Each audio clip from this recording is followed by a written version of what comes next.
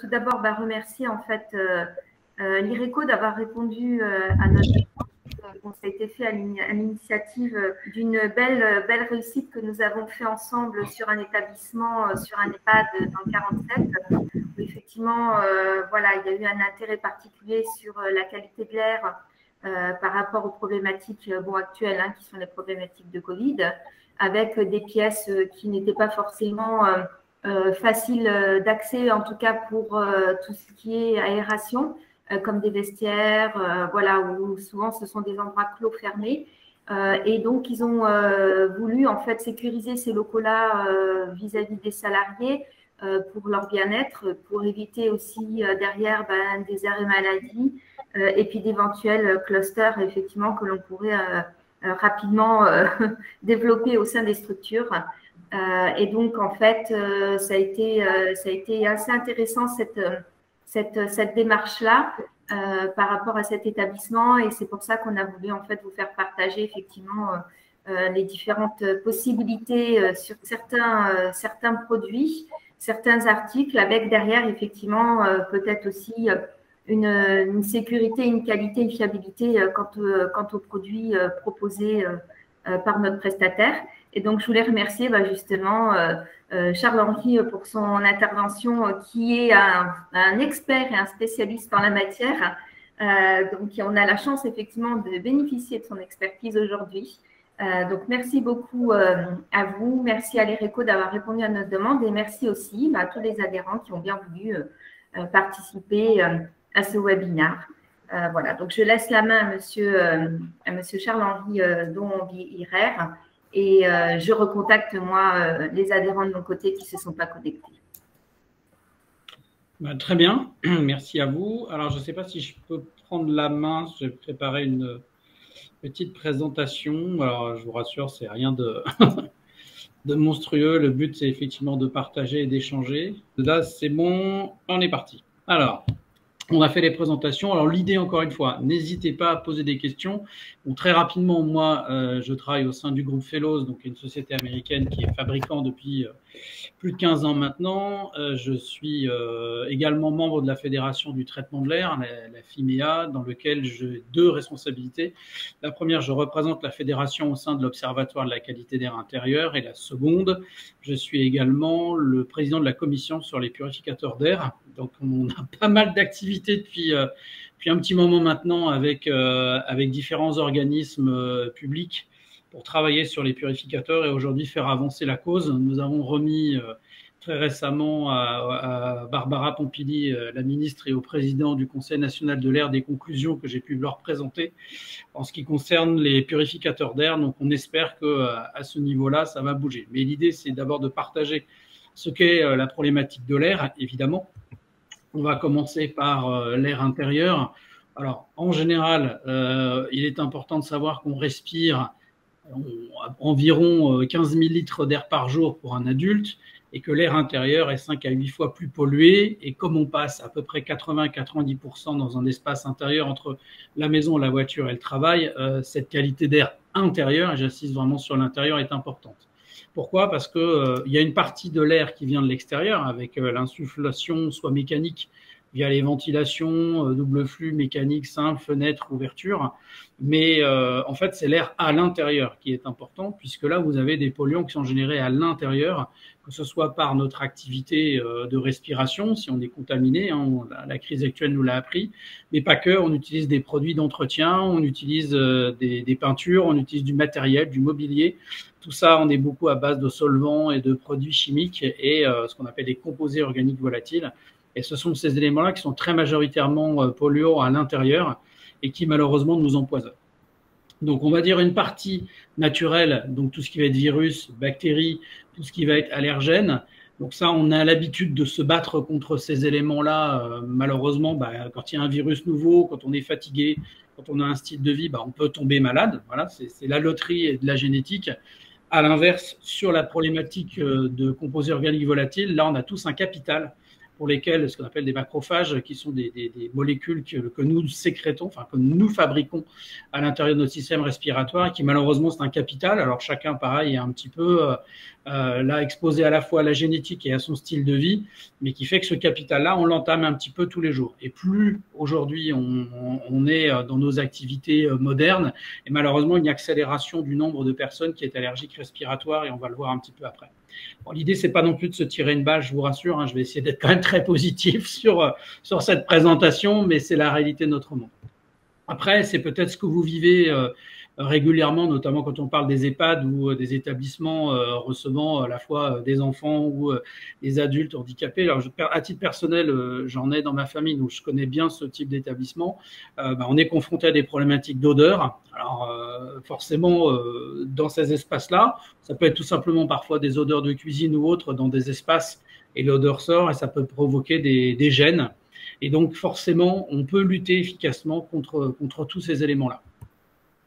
La notion de particules, je vais aller assez vite. En fait, ce qui est important, c'est que les composés organiques volatiles sont des gaz, mais néanmoins, ce que l'on appelle aujourd'hui les virus, les bactéries, les pollens, ce sont des éléments solides ou liquides et qui sont présents dans l'air. Alors, le corps bloque jusqu'à une certaine taille, ce qu'on appelle les PM10. Ça a son importance, je vais vous le dire après. Les PM10, donc le corps ne bloque plus, ça rentre dans le système respiratoire. Et à partir de PM2,5, ça va rentrer dans les alvéoles pulmonaires. Et à partir de PM0,1, on est dans les particules là, ultra fines, on va carrément rentrer dans le sang. La taille de la Covid est entre 0,1 et 0,15 microns. On est typiquement de ce type de taille de particules qui malheureusement rentre dans le corps humain et peut nous poser problème. Et sur les tailles de particules, je vais revenir là-dessus. Donc grosso modo, ce sont des éléments qui sont présents dans l'air, quoi que l'on fasse. Ça, c'est un élément important. Après, il y a les éléments gazeux dont je parlais tout à l'heure, les composés organiques volatiles, qui sont donc d'une autre nature, mais qui sont également présents, qui sont plutôt des émanations que l'on retrouve progressivement. Quand on fait fonctionner un photocopieur, il y a des productions d'éléments gazeux. Quand il y a les peintures, quand il y a le mobilier qui avance en âge, entre guillemets, se dégrade, lui aussi va produire des matières à la fois solides et liquides, et particulièrement aussi dans les hautes températures en été, vous avez des évaporations gazeuses de ces éléments-là. C'est ça qui nous empoisonne un petit peu. Alors, de manière toujours moins réjouissante, mais néanmoins réelle, donc il faut savoir qu'il y a des études, donc Santé publique France, des rapports du Sénat de 2015, Santé publique France de 2016, et également l'Observatoire de la qualité d'air intérieur, vous avez accès à un certain nombre d'informations. Moi, je dis que des données d'État et reconnues. Donc, c'est effectivement, malheureusement, 48 000 décès par an de manière prématurée, encore une fois. Hein, donc, c'est plus de 4 000 morts par mois. Hein, c'est plus qu'en un an sur les routes, malheureusement. Alors, c'est des gens qui décèdent à cause de l'asthme, du cancer, de la BPCO, des AVC. Donc, on commence à mesurer l'impact aujourd'hui qu'a notre niveau de qualité d'air. Donc, la troisième cause de décès, voilà. Il y a beaucoup de problématiques. L'asthme, on sait que ce sont de plus en plus de personnes qui sont touchées parce qu'on est dans un environnement de plus en plus confiné. Nos bâtiments respirent, entre guillemets, de moins en moins. Et il y a une prise de conscience qui a été faite de par ces problématiques de santé, de par ces problématiques économiques. Vous perdez potentiellement de l'argent, forcément, parce que vous avez, une personne le disait tout à l'heure, de l'absentéisme des malades. C'est parfois des gens qui sont présents sur le lieu de travail, qui font du présentéisme et qui ne sont pas opérationnels ou très diminués pour travailler. Ils ont envie de venir, ils sont là. Ils sont là pour vous aider, mais ils sont diminués, donc c'est une problématique. Ce sont des prises de médicaments, donc ce sont des coûts, tout ça, qui sont induits.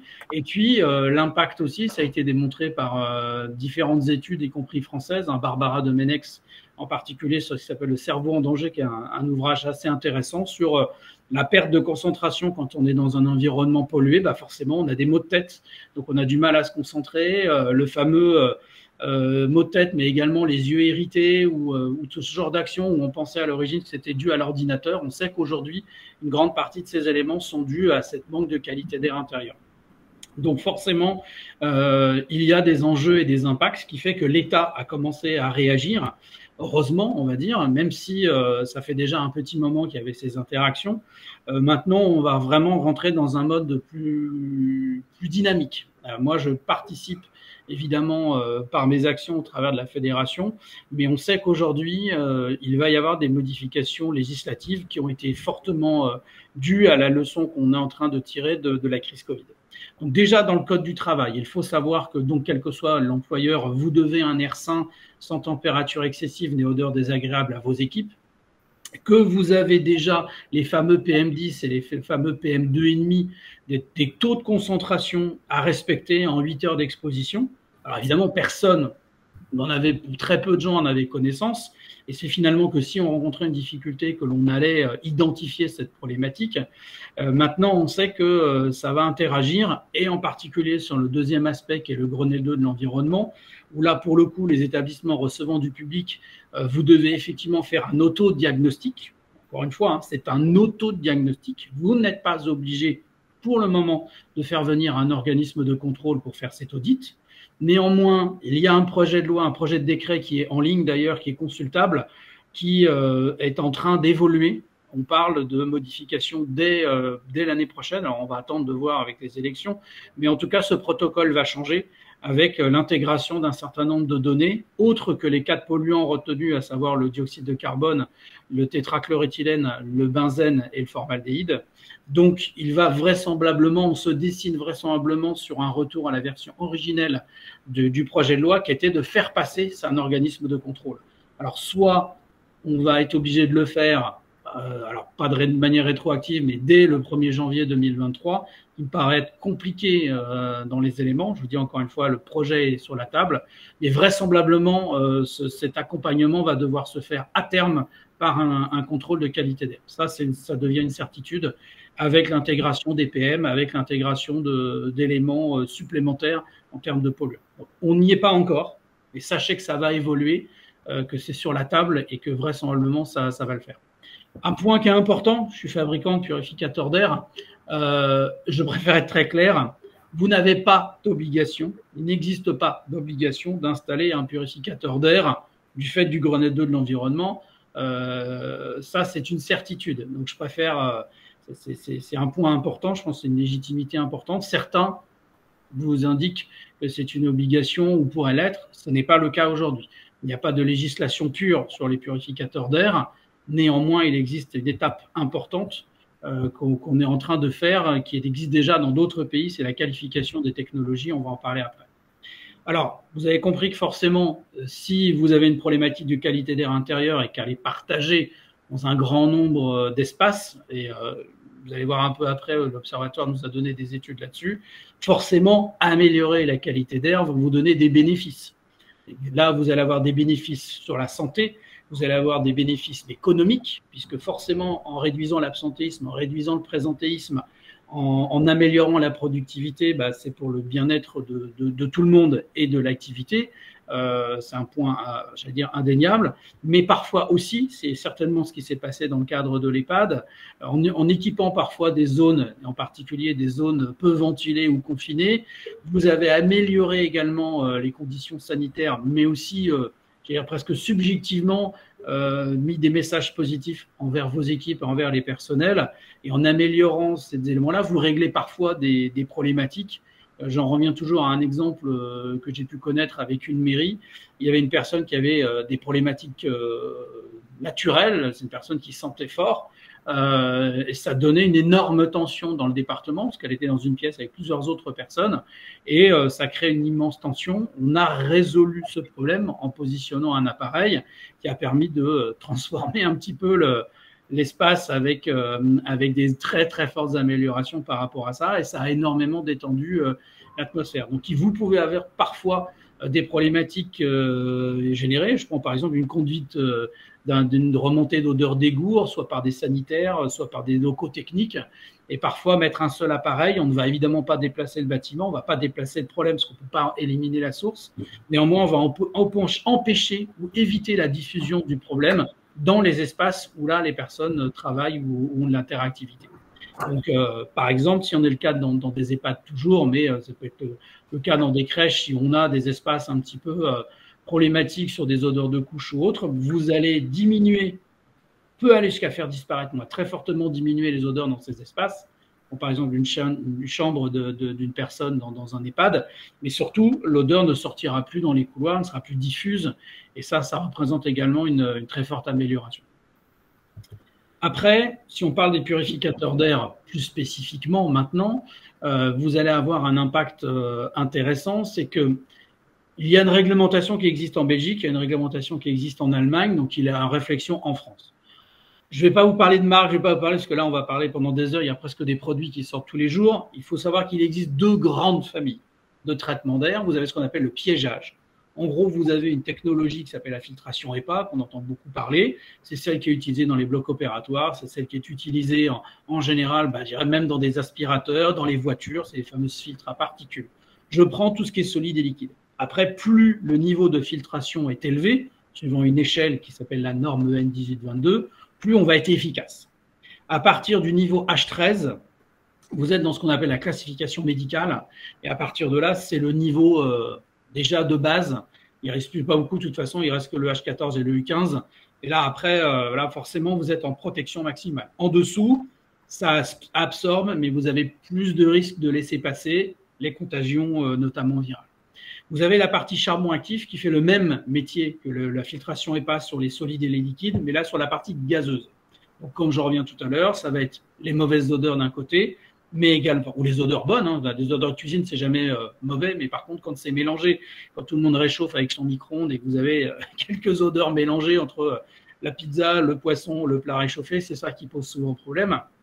Mais ça peut être effectivement ces fameuses émanations chimiques dont je parlais tout à l'heure. Donc là, la machine capte, le filtre capte, emprisonne et à partir de là, contient. Donc on va réduire l'exposition avec cette technologie. La deuxième grande famille, qu'on appelle le traitement physico-chimique, là, c'est une transformation différente. En gros, le plus qu'on pourrait avoir par rapport du piégeage, c'est que le remplacement de filtre ne se fait pas. Ce n'est pas la même action de maintenance. Effectivement, le filtre, une fois qu'il est saturé, il faut le changer. Ce qu'on appelle le traitement physico-chimique, il y a des éléments comme les UV, donc ce qu'on a entendu parler, l'ozonation, le plasma. En fait, en général, c'est une technologie où la photocatalyse, c'est une lampe que l'on va faire travailler un état de la lumière qui va, par son rayonnement ou par son action de chaleur ou par son rayonnement électrique, casser les molécules. Donc, on va reconstituer après des molécules, rien ne se perd, rien ne se crée, tout se transforme. Et cette problématique de reconstruction moléculaire sur la partie chimique, c'est ça que l'INRS, l'ANSES, le Haut Conseil de la Santé publique, aujourd'hui avertissent dans leurs avis, encore une fois, ça n'est pas encore dans le stade législatif, mais ça avance, où là, on vous dit attention, c'est pas que ces technologies-là ne sont pas efficaces sur la Covid, en particulier sur les bactéries et les virus en général, puisqu'ils sont parfois utilisés dans des domaines médicaux pour faire justement de la désinfection. Mais quand on utilise ces systèmes en désinfection, il n'y a pas de présence humaine, parce que là, on va utiliser des forts rayonnements. Donc ça, c'est important, parce qu'il y a des conséquences. On peut brûler la cornée, on peut brûler la peau, notamment avec les UV. Et la contrepartie également qu'on va utiliser avec ces technologies, c'est qu'en transformant la molécule, on peut parfois aussi transformer des éléments et qui deviennent malheureusement plus problématiques. En gros, si vous allez utiliser du chlore avec des UV, vous allez transformer ça en des CMR. Si vous utilisez de la photocatalyse, vous allez potentiellement produire de l'ozone et en quantité importante. Et donc, malheureusement, ces technologies-là, pour un principe de précaution reconnu, évident dans toutes les études, il est demandé de ne pas les utiliser. Voilà. En tout cas, si vous les utilisez, idéalement, ne le faites pas en présence humaine, parce que là, vous prenez des risques. En tant que responsable, en tant que patron, demain matin, un salarié, même après quelques années, il n'est plus à travailler avec vous, peut revenir et vous dire, madame, monsieur, vous avez utilisé ce type de technologie non reconnue aujourd'hui et qui peut entraîner des problématiques et des dégradations de la qualité d'air intérieur, ce qui est pourtant est censé être fait, et malheureusement, ça peut avoir des conséquences. Donc voilà, c'est aujourd'hui les éléments qui sont avancés. Je le répète encore une fois, des pays comme la Belgique ont légiféré, le piégeage est seul autorisé aujourd'hui. La France est en train de prendre un chemin assez similaire. Maintenant, voilà, on y travaille. Je dis simplement, encore une fois, faites attention dans votre sélection si demain vous devez vous équiper.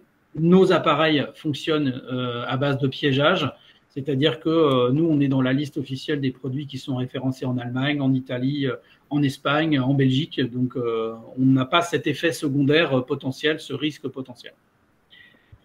Alors, après, on va avancer hop, voilà, sur un autre élément. Voilà, parfait. Je disais tout à l'heure qu'il n'y a pas de législation sur les purificateurs d'air. C'est exact.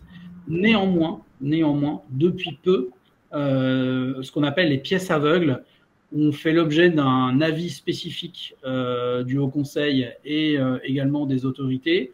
En gros, si vous avez une pièce, alors idéalement, forcément, qui n'est pas utilisée en quotidien, c'est-à-dire par quelqu'un qui a un bureau physique, c'est la meilleure des choses. Néanmoins, si vous avez ce type de pièce, il faut savoir que votre responsabilité toujours, que vous soyez propriétaire du bâtiment ou même locataire, vous devez impérativement mettre en place un apport débit d'air neuf, en gros de la ventilation. Parce que cet espace-là, c'est légal, vous devez, d'après les articles R4222-1-6 du Code de travail, fournir de l'air neuf dans cet espace. Mais attention, fournir un air neuf ne veut pas dire un air sain, ça c'est déjà un premier point.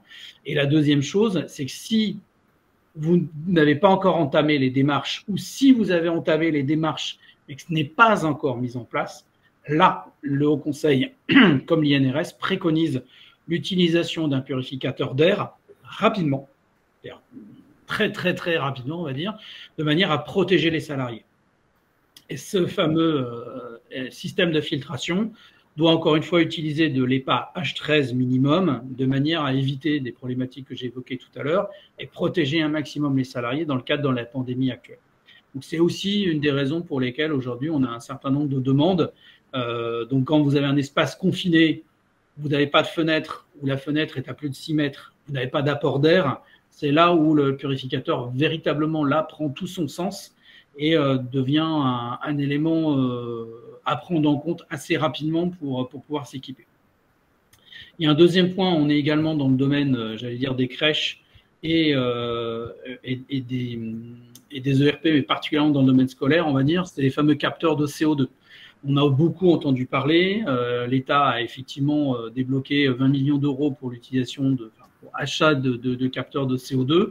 Il y a un point très important, le capteur de CO2 n'est qu'un indicateur du niveau de CO2 et potentiellement un indicateur indirect du niveau de qualité d'air. Mais encore une fois, il n'y a pas de corrélation entre de la pollution et la purification. Alors, ce slide-là est très rempli, je vous laisserai, j'allais dire, le regarder peut-être à loisir, à la tête reposée. Ce qu'il faut en retenir, c'est qu'aujourd'hui, il existe une étude qui est axée, enfin, le lien est en dessous sur l'Observatoire de la qualité d'air intérieur. C'est une étude qui a été menée dans 301 écoles primaires et maternelles en France entre 2013 et 2017, où ils ont étudié le niveau de qualité d'air. Le CO2, les seuils n'ont été dépassés que dans 41% des cas. Dans 100% des cas, dans les classes, je répète, dans les classes, vous avez des problématiques de substances chimiques, donc les fameux COV, donc 16 substances très, très, très nocives, hein, qui sont en dehors de ceux qui sont censés être traités d'ailleurs. On n'est pas dans le benzène, on n'est pas dans le tétrachloroéthylène ni dans le formaldéhyde. Parmi ces substances, vous avez même 2 pesticides. Vous avez pratiquement 100% des classes dans lesquelles les dépassements des seuils des fameux PM2,5, au-delà des normes qui sont données dans le Code du travail. Vous avez 97% des classes où vous retrouvez du plomb. Et dans le 10% des cas, on a même des concentrations supérieures au seuil sanitaire. Donc la conclusion est la suivante. Avec le capteur de CO2, vous avez des indications, mais malheureusement, dans moins d'un cas sur 2, il ne pourra pas vous aider. Qui plus est, le capteur de CO2 induit une action indirecte, c'est-à-dire qu'il vous donne une information, il faut que vous réagissiez. En gros, il faut qu'une personne ouvre la fenêtre, pousse la ventilation, crée un courant d'air.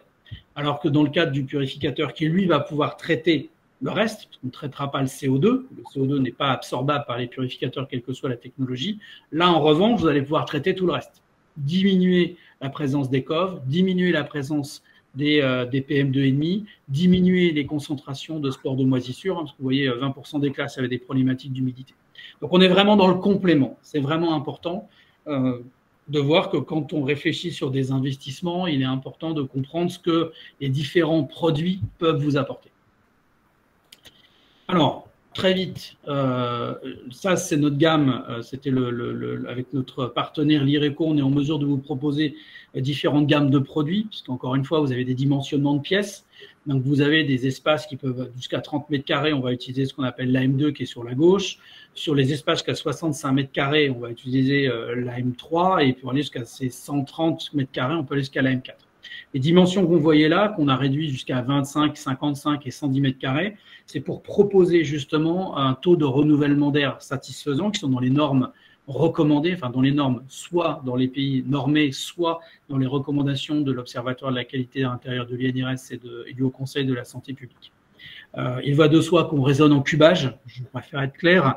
Évidemment, les surfaces au sol, plus facile à déterminer que le cubage. Si vous avez des hauteurs de plafond importantes, on va les prendre en compte. Par contre, on ne prend pas l'intégralité, ce que dit d'ailleurs le Haut Conseil de la santé publique. Il faut savoir que pour l'INRS, vous avez une règlement, enfin une directive qui explique que ce qu'on appelle la zone respiratoire est une zone qui va jusqu'à 1,80 m. Quand on est assis, voire debout, alors il y a des personnes qui sont un peu plus hautes, mais généralement, c'est cette fameuse zone respiratoire qu'il faut traiter. C'est pourquoi nos appareils peuvent être mobiles, mais surtout muraux, et pour avoir un meilleur impact. Parce que quand on utilise des purificateurs, alors si on est au sol, il faut utiliser des machines avec un débit un peu plus puissant parce qu'il va forcément s'encrasser un petit peu plus quand on est au sol. C'est moins le cas dans l'hospitalier, les EHPAD où les sols sont justement bien pensés pour être le moins poussiéreux possible. Mais dans certains espaces, c'est compliqué. Mais néanmoins, on a une palette de produits qui est capable de répondre à différentes problématiques volumétriques. On a l'expérience d'équiper, y compris, je dirais, encore récemment avec l'IRECO, on va équiper différents sites de la Sorbonne, des amphithéâtres, des réfectoires, donc c'est des choses qu'on connaît assez bien. On travaille avec différents groupes d'EHPAD également, donc on travaille avec la mairie de Paris, on travaille avec la région Île-de-France, la région Rhône-Alpes, donc on a vraiment des éléments qui sont d'expertise et d'expérience dans ce cadre-là. Hop, alors… La particularité, j'ai commencé à en parler, c'est que nos appareils donc, utilisent des fameuses technologies qui ne sont non émissives en termes de problématiques. Les machines fonctionnent d'elles-mêmes, elles sont autonomes, il n'y a pas de télécommande, il n'y a pas d'éléments particuliers. Elles utilisent des capteurs de son, des capteurs de mouvement pour avoir un mode ce qu'on appelle présentiel, c'est-à-dire que la machine ne va pas vous gêner.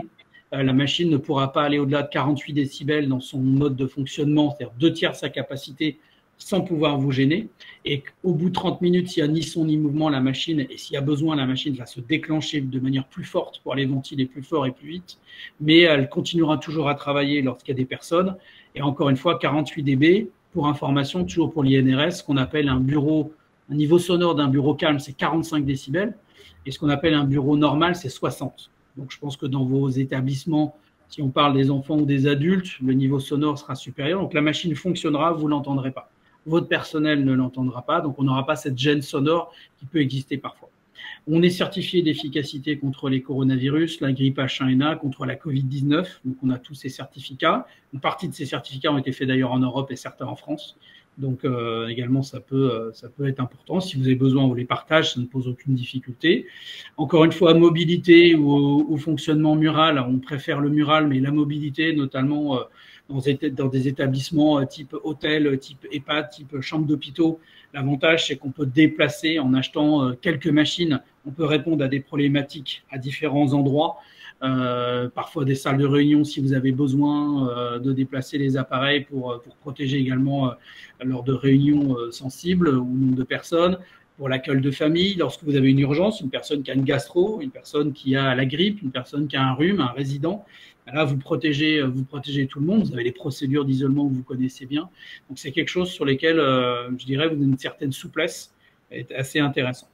Certaines machines ont des clés de verrouillage de sécurité, donc voilà, un pass, la machine est livrée avec 2 clés, mais la clé ouvre tous les appareils, mais ce sont des passes. Mais néanmoins, ça peut éviter certaines problématiques. Alors, le taux de SAV est très minimum, sur plusieurs dizaines de milliers de pièces. On a un taux de SAV de 0,33%, donc c'est relativement faible. On le gère nous-mêmes d'ailleurs, c'est nos équipes qui le gèrent de A à Z. Si vous avez un besoin, même si vous avez perdu la facture, on est capable d'identifier avec la carte d'identité de la machine qui se trouve à l'intérieur, on est capable de savoir tout de la machine et de vous en renvoyer une sur place sans problème. Alors, on va essayer d'avancer. Efficacité en situation réelle. Alors, je l'ai pas fait exprès, mais je vous le dis, on a fait faire des tests, notamment en Allemagne, avec l'organisme qui a validé, l'Agence fédérale de l'environnement qui a validé la liste des purificateurs autorisés et installés dans différents secteurs d'activité, que ce soit scolaire ou santé. On a donc fait des tests dans un espace de maison de retraite et en 5 minutes, on a éliminé 50% des contaminations aux particules ultra fines, donc de la taille du virus. Et en 30 minutes, on était à 80%. Et on a à peu près les mêmes résultats en crèche, c'est même un peu meilleur au bout de 30 minutes, parce qu'on a carrément éliminé 90% des particules fines et ultra fines. Donc c'est une expertise aussi qu'on est en mesure de présenter. Donc ça date de décembre 2020, donc c'est relativement récent. Ces éléments-là sont partagés d'ailleurs très récemment au cours d'une interview que j'ai pu donner dans un grand numéro spécial d'une revue sur la construction destinée aux spécialistes de la construction des bâtiments techniques. Donc c'est quelque chose que l'on partage. Donc voilà, on a un savoir-faire, une expertise. Pour aller un petit peu plus loin, voilà, l'idée c'est plutôt de partager avec vous avec des questions-réponses, mais on a des partenaires aussi bien administratifs d'État que des groupes privés, que ce soit différents secteurs, l'éducation, la santé, voilà, on équipe, y compris pour information des blocs opératoires en France, en complément des systèmes déjà existants. Donc, je pense qu'on n'est pas nombreux, hein. Ça se compte vraiment sur les doigts d'une main, les appareils qui peuvent avoir ce type d'installation. Donc voilà, donc on est capable de répondre. On a un accompagnement technique avec l'IRECO. On est capable d'avoir une force de vente qui est dédiée à ce type de proposition et qui est en mesure de qualifier le type d'appareillage qu'il vous faut par rapport aux espaces, par rapport à la problématique. Et donc là, on a aussi un partenaire en termes d'installation, un petit partenaire qui s'appelle Veolia, qui nous fait toutes nos installations au niveau national, donc accréditation, savoir-faire, sécurité. Ils ont le matériel, ils ont les connaissances, les contacts, ils s'occupent déjà des réseaux de ventilation. Donc là aussi, on est en mesure de pouvoir répondre à vos problématiques, y compris à l'installation si vous en avez besoin.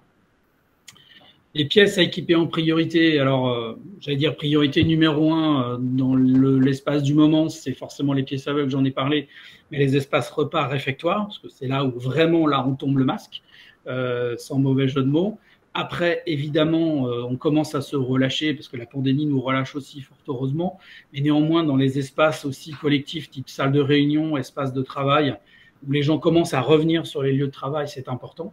Et après, on est dans les accueils, les espaces sanitaires. Sanitaire, c'est souvent malheureusement l'endroit le plus microbiologiquement pollué, mais néanmoins, ce sont les espaces que l'on peut protéger. On a l'expertise de ça. Après, on va jusqu'effectivement les chambres des patients, c'est les dortoirs des bébés. Forcément, c'est là où en fait les personnes se trouvent, et c'est là où on passe du temps, où qu'il faut équiper en priorité, bien entendu.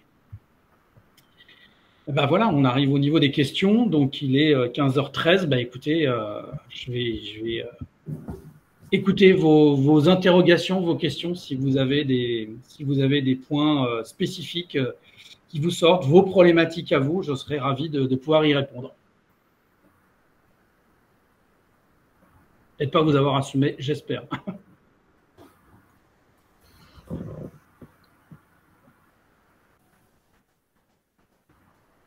J'ai été parfait. Ah là là, ne m'en parlez pas. Ne dites pas ça et surtout pas à ma femme, hein, parce que alors là, elle ne vous croira pas. Allez-y, n'ayez pas peur. Hein, je ne mords pas. Si je me permets, j'ai une première question. Oui. Bonjour, merci beaucoup pour votre intervention et pour vos explications. C'était très clair. Je trouve ça assez fou de se dire qu'au bout de 5 minutes, on arrive déjà à réduire de 50% les microbes et les bactéries de l'air. Vous montriez qu'au bout de 30 minutes, c'était 80% dans les EHPAD et 90% au sein des crèches. Est-ce que vous sauriez expliquer la différence en fait de 10 points entre les crèches et les EHPAD? Est-ce que c'est le… En situation réelle, on est sur une complexité. L'air, c'est pas simple. C'est à la fois très simple et très compliqué. En fait, ça dépend si les personnes sont plutôt statiques ou moins. Il suffit qu'il y ait eu plus de flux, plus de mouvement. Alors, je ne vais pas dire que les enfants remuent plus dans les crèches. Moi, la petite dernière, elle a 4 ans, donc elle n'y était pas il y a encore si longtemps. Hein. Voilà, j'ai un garçon de 10 ans, une fille de 7 et une petite de 4. Ça remue pas mal, ça bouge beaucoup. Voilà, maintenant, non, je n'ai pas tous les éléments. Après, ce qui est important, c'est que dans l'espace dans lequel on se trouvait, on a calibré le positionnement des appareils et le type d'appareillage qui correspond à la volumétrie à traiter. Voilà. Maintenant, voilà, tous les facteurs. Ça reste, quoi qu'il arrive, ça reste des chiffres. Il suffit aussi de savoir quel type de nourriture arrive, comment ça arrive, le flux, la remise en suspension. Tous ces facteurs-là expliquent malheureusement, j'allais dire, en tout cas, dans les particules, il n'y a pas que du mauvais. Hein. quand vous avez du repas. Fort heureusement, les odeurs, c'est bénéfique. Vous avez des émanations solides ou liquides qui sont bonnes. Mais en tout cas, dans la situation dans laquelle on vit, on sait que le virus, il se balade par les gouttelettes et par lui-même. La notion d'aérosol et d'aérosolisation a été démontrée. C'est le risque que l'on prend. On va juste diminuer ça. La gastro, par exemple, on sait que c'est une maladie de contact à 50% et une maladie de transmission aérienne à 50%, démontrée par l'Université de Montréal en 2016. Donc, c'est vrai qu'on sait qu'aujourd'hui, ça fait partie du scope. Voilà. Mais je dis que simplement l'abattage est important, mais alors là, toutes les variantes, c'est trop complexe. Justement, l'idée, c'est plus on va brasser de manière efficace et plus on va brasser plusieurs fois par heure, c'est là où on diminuera le taux de présence des éléments polluants. C'est tout. Ok, super, merci beaucoup.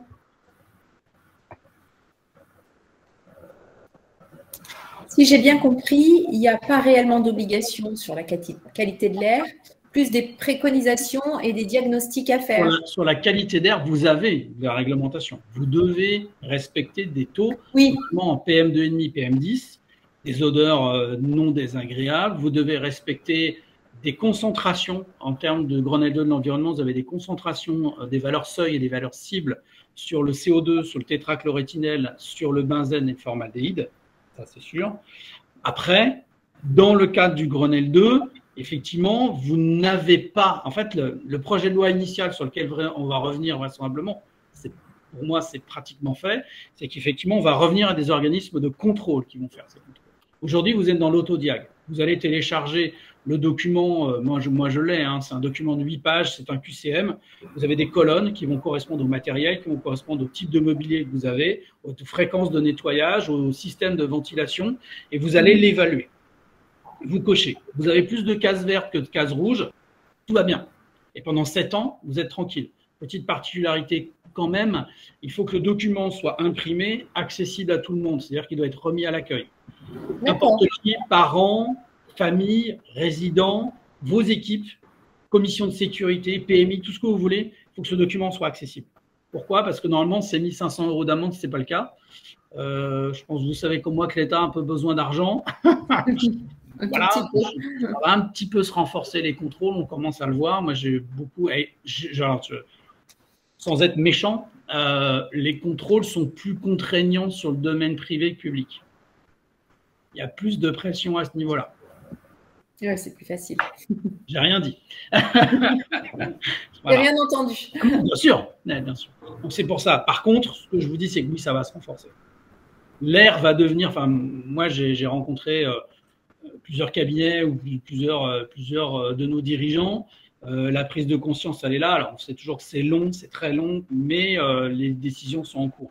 En ce qui concerne la rénovation des lycées, il va y avoir la nouvelle loi de programmation. L'air va être une des 2 priorités dans les constructions et dans la rénovation des établissements à venir. Et dans le cabinet, on nous a bien expliqué au sein de la Fédé, hein, c'est pas moi, Airmax, mais au sein de la Fédé, on nous a expliqué que dans les constructions, on intégrera des systèmes, dans les systèmes de ventilation, des systèmes de traitement d'air similaires à notre filtration. Oui, par contre, techniquement, c'est très complexe, c'est très lourd. Grosso modo, on va doubler le montant de l'investissement pour un système de ventilation en intégrant ces systèmes. Donc, ça veut dire que ceux qui vont construire demain, ça va être plus cher. Mais ça, on le savait un petit peu. En revanche, ceux qui sont déjà construits et qui ne sont pas à ces normes-là, ils vont utiliser ce type d'appareillage comme les nôtres pour pouvoir répondre à ces problématiques. Ce que vous avez, vous, aujourd'hui dans vos établissements, que ce soit des crèches, des EHPAD ou autres, on sait que demain, on va vous taquiner de plus en plus sur la qualité d'air par rapport au taux de particules, par rapport au reste. Et grosso modo, je vais être très pragmatique. Demain matin, vous avez un contrôle qui va être fait. On vous dit, votre taux de PM 2,5 par exemple est pas génial. Alors, j'allais dire, c'est la loterie. Parce que normalement, un vrai contrôle de QAI, ce qu'on appelle, il faut faire ça sur des durées. Et là, vous allez venir sur une journée, c'est un instant T. Alors, dire, vous avez la journée pas de bol où vous avez eu un peu de trafic à côté, vous avez des constructions qui ont été faites, des travaux que vous êtes en train d'effectuer de peinture de plâtre, vous allez avoir des particules, vous en allez avoir plein. Là, la personne vous dit, madame, là, va falloir mettre un plan d'action. Parce que là, ça va être obligé. Là, vous n'avez pas 7 ans pour le faire. Vous avez moins de 6 mois. Qu'est-ce que vous allez faire? Grosso modo, votre système de ventilation, je ne sais pas si vous allez le refaire entièrement ou si vous allez investir, mais j'allais dire, ce n'est pas des investissements neutres. On va être de le ratio, une grande société qui construit des voitures, une société française qui a une grosse usine et qui a fait faire un devis d'équiper tous les espaces qu'il voulait équiper, soit avec des Aeramax, soit en changeant sa ventilation. Bah, le budget était multiplié par 10 avec la ventilation. Je vous laisse deviner le choix qu'il a pris. Parce qu'à un moment donné, on est aussi dans la rationalisation, on est dans chaque euro investi est complexe, donc forcément, il faut le placer. Mais tous les jours, on nous donne des réglementations de plus en plus importantes. Ça va se renforcer dans l'air. Je vais être très clair, c'est une dernière chose aussi qui était gratuite. On taxe tout, l'eau, le reste, bah, taxe l'air, voilà. On ne peut pas s'arrêter de boire, on ne peut pas s'arrêter de respirer. Donc, j'allais dire, quelque part, on sait faire à la française, on va le taxer de manière indirecte. Donc, vous êtes dans les clous, bah, vous respirez bien. Vous n'êtes pas dans les clous, bah, faut faire ce qu'il faut pour pouvoir respirer. Voilà. Donc, demain matin, vous avez déjà fait des rénovations, vous avez déjà fait un certain nombre de choses. Bah, qu'est-ce que vous allez faire? Vous allez certainement utiliser ce genre de système qu'on utilise comme un split de clim. Il y a 10-15 ans, les clims, bah forcément, il n'y en avait pas. On essaye, vous savez mieux que moi ce que ça peut coûter de faire venir la clim dans vos espaces. Donc, à un moment donné, voilà. C'est aussi le pendant énergétique. La différence, c'est que nous, un purificateur, en tout cas nos machines, c'est comme les ampoules. Alors, pas les LED, hein, celles d'avant, on est à peu près sur 90 watts. On va être sur 1 euro par machine par mois en consommation électrique. Donc, ce n'est pas énorme. Le clim, c'est un peu plus gourmand. Ok, voilà. Merci.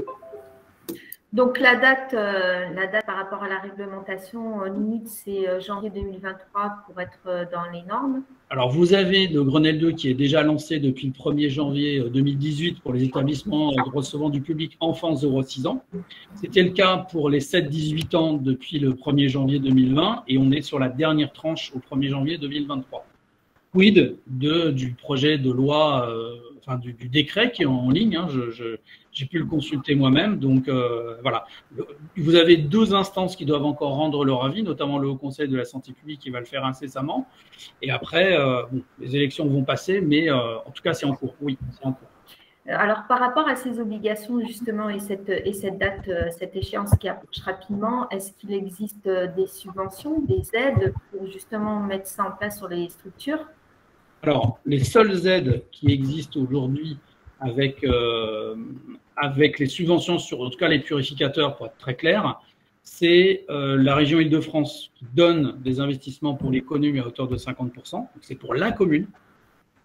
Voilà. Après, vous avez la région Rhône-Alpes-Auvergne qui donne pour les écoles, les lycées et les collèges. Ce n'est pas de son domaine de compétence, que c'est que les lycées.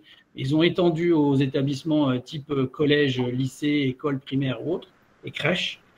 En dehors de ça, il n'y a pas d'autres régions aujourd'hui qui subventionnent. C'est mis à discrétion des communes qui, elles, font les bâtiments publics.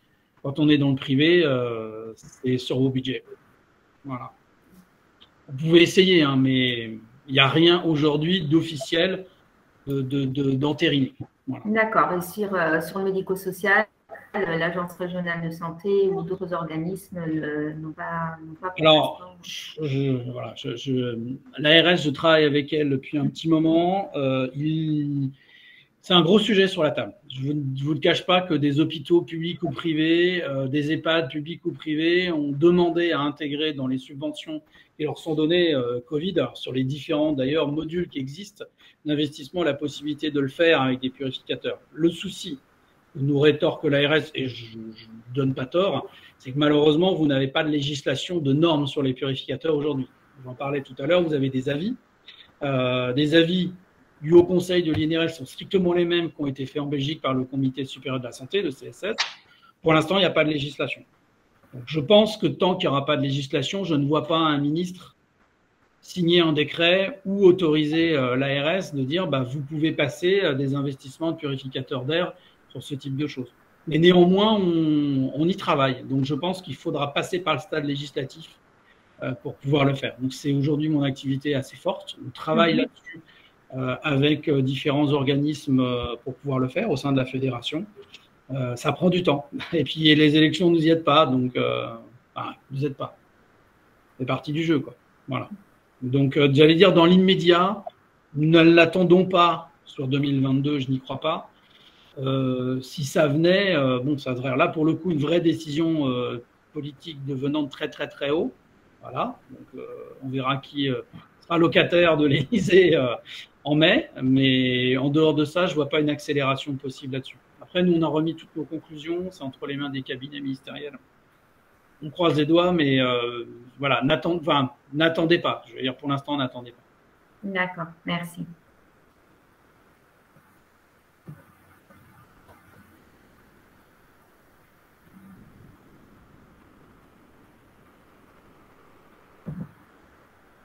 J'ai juste une question. Combien coûte un purificateur d'air comme le vôtre? Alors, ça, en général, c'est Marlène qui répond. C'est pour l'IRECO. Voilà, et Marlène est là, bien évidemment. En fait, la gamme des purificateurs, on va dire qu'on va de l'ordre de 790 € hors taxe à 1890 € hors taxe, en fonction, comme vous l'a dit Charles-Henri, hein, de la superficie de la pièce, et puis si c'est un purificateur qui est mobile ou mural, et enfin, si ce purificateur comporte l'écran tactile. En fait, vous avez des modèles avec ou sans écran. Les modèles avec écran vous donnent des informations sur la nature des particules, la nature des polluants. Voilà. Donc ça vous donne des informations en temps réel sur le taux de remplissage du filtre. Voilà. Donc ça peut avoir des implications intéressantes.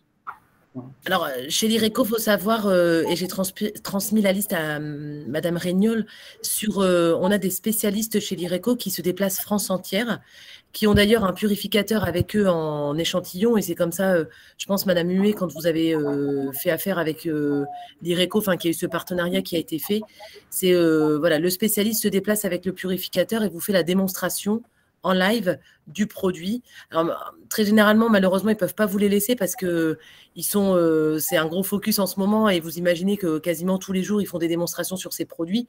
Mais ça vous permet quand même de voir la machine, de l'appréhender et de voir effectivement, notamment au niveau du son, du bruit, que le purificateur peut faire. En tout cas, ça vous permet d'avoir pendant 1 heure de rendez-vous, de voir la qualité du produit et son rendu. Voilà. Je rebondis sur ce que vient de dire Marlène. Je suis Véronique Bombardieri et je suis chargée d'affaires spécialiste hygiène. Voilà. J'ai fait des rendez-vous avec Charles-Henri d'ailleurs. Et en effet, donc, je suis sur la région, j'ai 5 départements sur la région Occitanie. Donc, je suis concernée par votre région, Madame Huette, concernant AMI 2. Et en effet, n'hésitez surtout pas si vous avez besoin d'avoir une démonstration produit, des conseils. Nous venons avec, nous faisons l'audit sur votre cible, sur votre site, pardon, des pièces que vous souhaitez équiper. Et puis, on échange ensemble par rapport au fonctionnement. Et c'est vrai que quand vous voyez le purificateur, qu'on le met en route ensemble, vous pouvez très rapidement vous rendre compte avec les réglages vraiment de la filtration et de l'efficacité très rapide. Du bruit sonore aussi qui est vraiment quasiment inaudible. Et puis, voilà, comme ça, on peut échanger et ça vous donne vraiment un aperçu réel de l'utilité et de l'efficacité de l'appareil.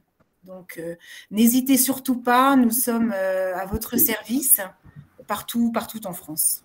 Voilà. Voilà, parce que ça permet effectivement aussi d'avoir un audit qui est gratuit. Le spécialiste se déplace et va vous conseiller et va vous aider aussi des moments dans la réflexion de savoir quelles sont les pièces à prioriser dans l'équipement de purificateur parce qu'on sait bien que ça a un coût. Alors idéalement, on va se dire, bah oui, il faudrait tout équiper, mais en même temps, le monde idéal n'existe pas en ce moment. Donc, il y a peut-être des choses à équiper de manière prioritaire. Et le spécialiste va vous permettre de prendre de la hauteur et aussi de vous partager son expérience par rapport à toutes les ventes qu'il a pu faire et qu'il a pu mener. Ouais. En général, vous connaissez les espaces où vous rencontrez des problématiques ou d'odeur, ou que ce soit vos équipes ou les résidents. Hein. En général, c'est là-dessus, ça vient assez naturellement. Donc, ouais, voilà, c'est juste quel est le dimensionnement et quel type d'appareil il vous faut. Et voilà. Après, ils ont des garanties assez longues. Hein. C'est entre 3 et 5 ans suivant les modèles. Donc là aussi, on est sur des durées plutôt longues par rapport à ce qu'on peut avoir sur le marché. En ce moment, chez l'IRECO, il y a une offre intéressante puisqu'on a mis en place avec notre partenaire, donc Fellows, une promotion, c'est-à-dire que pour chaque purificateur acheté, le purificateur est livré avec un filtre et on vous offre un filtre supplémentaire. Donc, vous avez 2 ans quasiment de filtration avec l'achat du purificateur. Et notre partenariat l'IRECO AMI 2 vous permet aussi de bénéficier d'une tarification préférentielle voilà, qui vous soulage un petit peu au niveau du budget si effectivement vous deviez faire l'acquisition de purificateur. Oui, parce que moi, ça, je voulais parler de prix de vente public. Pardon, Charles-Henri? Et en plus, il y a des remises. Oh là là. Ouais. Non, moi, j'ai parlé des prix de vente public. Moi, je suis sur la technique. Voilà. Pas mal de commerce. Il y a un partenariat avec AMI 2. Donc, on n'est pas sur les mêmes critères. Vous avez une remise supplémentaire. Ce qu'on fera une négociation.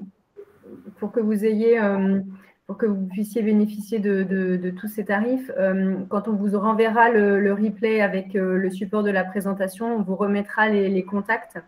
Si ça vous intéresse, comme ça, vous aurez les contacts selon votre région pour avoir les bonnes informations. Et si vous souhaitez échanger avec des adhérents qui ont déjà fait l'acquisition des purificateurs, voilà, ils sont d'accord pour échanger avec vous, voilà, faire partager leur expérience, où ils ont mis en place ces purificateurs, etc. Donc, n'hésitez pas à nous le demander et on vous donnera leurs coordonnées avec plaisir.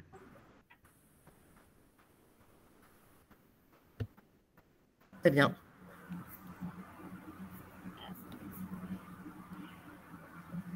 Est-ce qu'il y a encore des questions?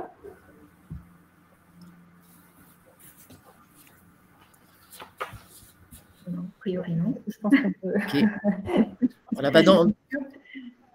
super. Dans le chat, je vous ai mis également les adresses de Véronique et de moi-même, donc n'hésitez pas.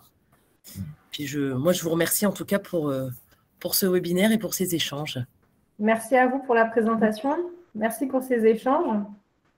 Merci à vous. On vous fait le retour donc, de la vidéo et des coordonnées des uns et des autres. Parfait, merci. Moi, je vois Marlène et Madame Regnault, je vous envoie la présentation. Très bien. Super. Merci. Merci. Bonne journée. Merci. Au revoir. Au revoir.